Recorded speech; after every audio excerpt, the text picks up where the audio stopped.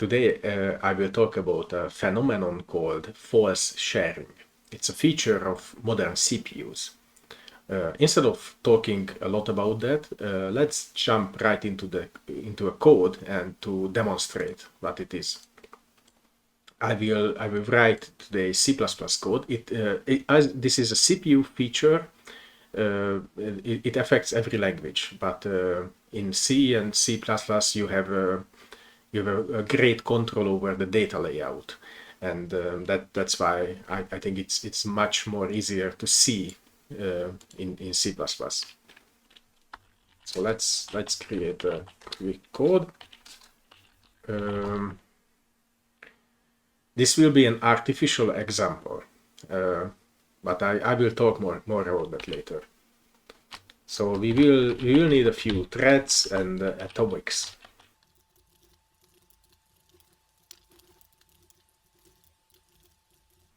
I will also do some dummy mathematical calculations just to keep the CPU busy a bit.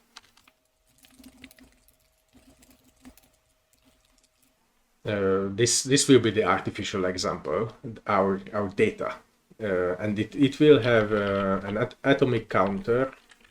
Let's make it an uint64,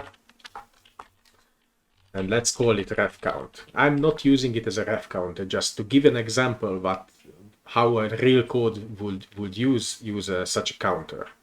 I think a ref count is a good indication for that. And it will have a few data fields, just a few dummy data fields.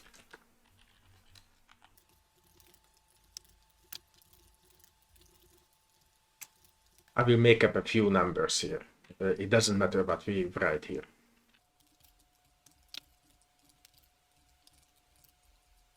Now, I want to create a few threads to stress this structure.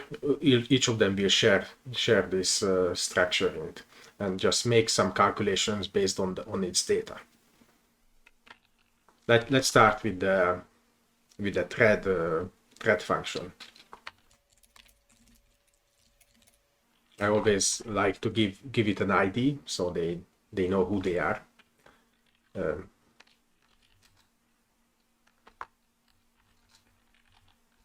I will pass in the blob, and this is I'm a bit ahead of myself here. So I want to compile this code later with all the optimizations, and I want to get some kind of result back. I will make a lot of dummy calculations, and if I don't get that result back, then there is a great chance that the compiler will optimize away all the calculations because I am not using it. So that's what I'm avoiding here. So I would have a choice to either print it out, but that's a bit ugly when you have multiple threads. Or I am just using a promise here. So the threads will send the calculated number here through a promise, and in the future I will get back. You will see this a bit later.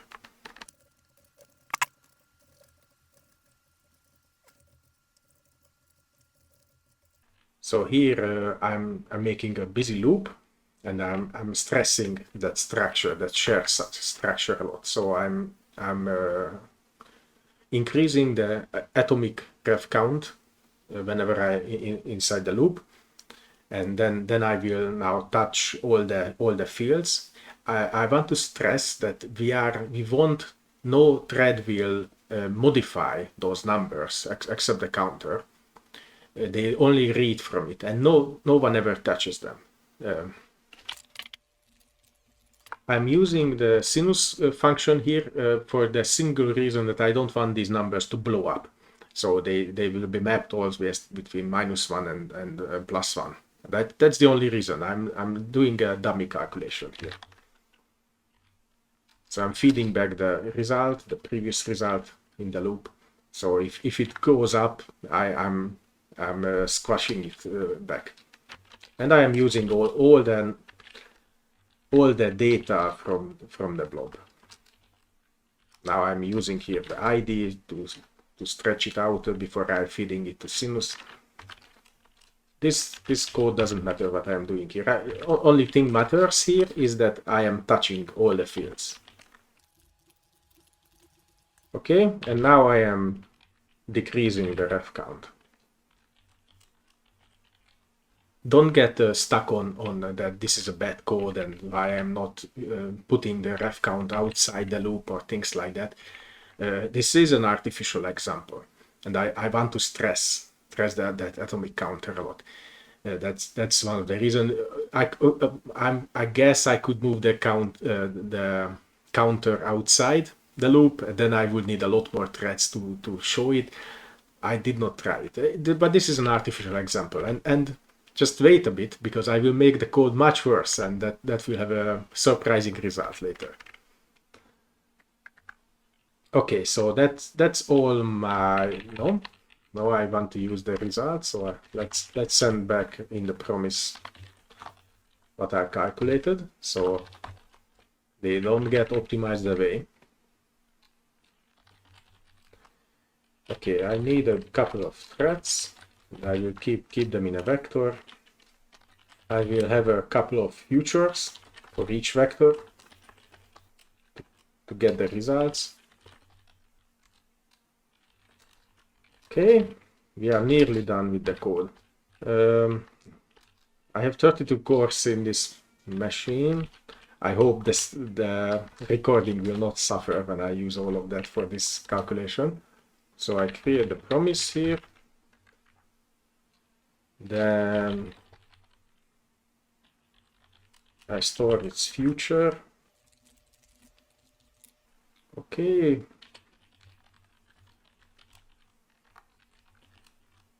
And I can create my threads. So that will be the entry point will be the worker function we created. I send the I as its ID. I will send a reference of the blob. And I will move the promise inside it. That seems enough. Okay, now we will join on all of the threads. Wait all of them to finish. And then we will, at last, we will print out the results. We don't really care about them, but if you already calculate, that can be a good test. Because as we are using the ID here, in one of we are using the ID, so they should not be the same for all of them, the result. In fact, they should be different for all of them. So that's a good test, I think. Okay, ID,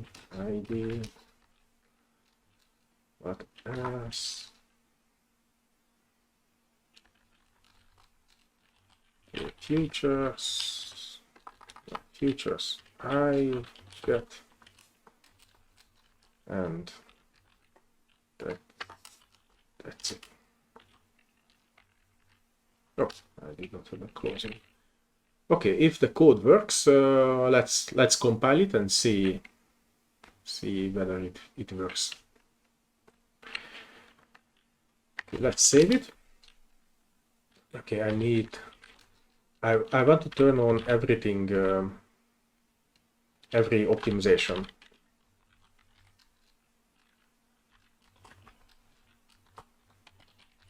Every warning.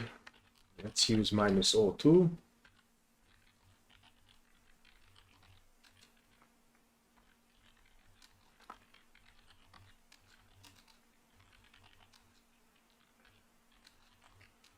And we need the beat. Oh, you don't see it. Just a moment.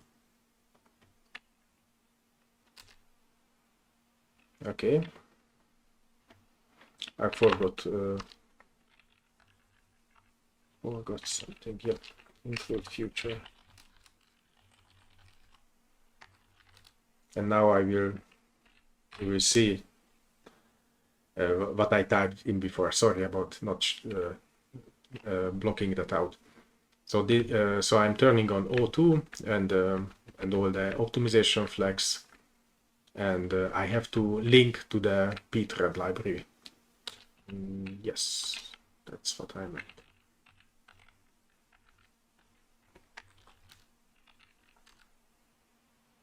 Okay, so I will immediately run it through time, so we will see what it how long it takes to calculate something.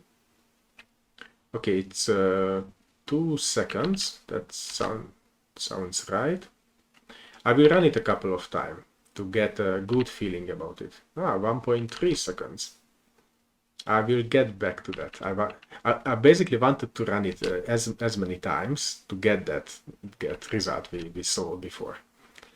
So it's usually 2 seconds. 1.8 this time. And just a few more times. So you will be and 1.3 again.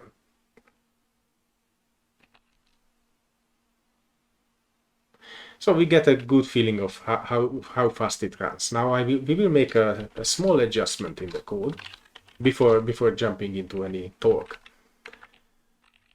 And now we will touch this blob. We will just reorder things a bit. Not just reordering, but let's move this to the bottom. So we are changing the memory layout of this counter. And we will also insert a padding here, a big padding. Okay, so we actually made our code worse now. So it's not only calculating badly, we are even calculating the bigger blobs now. We added the dummy padding into it. Let's see what happens now. Yeah. I have to change a bit the initialization of the blob data. So we have to change this to... Okay, this is the padding and this is the ref count. Okay, let's run it through FS again, or through time. Now, our worst code runs actually faster. It's under 1 second now. It was never under 1 second. The best we saw was 1.3 seconds, but it was usually double of this time. You see, it's pretty consistent. There are no big changes anymore. Okay, time for explanations. So what's going on? Let's go back to the code. So the only change we did between the two different runtimes was changing the data layout. Arguably, we made it worse and then it ran faster. So what is the sharing part of fast sharing? What are they sharing? They are sharing cache lines. So a cache line is on this CPU. Cache line is 64 bytes long. And if these data are next to each other, then there is a very good chance that they will share a cache line. So what happens? How is atomic locking implemented in the CPU? Well, it depends on which CPU, of course. So earlier, based on the docs, I will show the documents a bit later. They were implemented like locking the whole system bus. Now that sounds very, very bad. But nowadays on modern CPUs, when you make an atomic increment, like we did here below, or atomic decrement, then they actually just lock that cache line where the data is in the memory. And then we are fighting against the cache coherency algorithms. So cache line involves A, B, C, D as well, because they are on the same blob, and other things we don't see here. So those are locked. So if another thread has in their own cache, so there are multiple layers of cache, L1, L2, L3, and I don't know how it is implemented, but I mean in hardware I really have no idea. but the other threads are being locked. They can't touch A, B, C, D as either, not just the atomic counter. And that's a problem. That's what we run into. As soon as we insert an artificial padding between these data that we only read and never touch, just read from it, we inserted enough artificial padding. So this is actually, I can type. So this is 64. This is enough to push it out to the next cache line. Then the ref count and the ABCD are not sharing the same cache line. And then it speeded up our code. They are not contenting, they are not fighting against the cache coherency algorithms anymore. Let's disassemble the worker function and see what is the instruction that is being used on this CPU. So I will use GDB for that.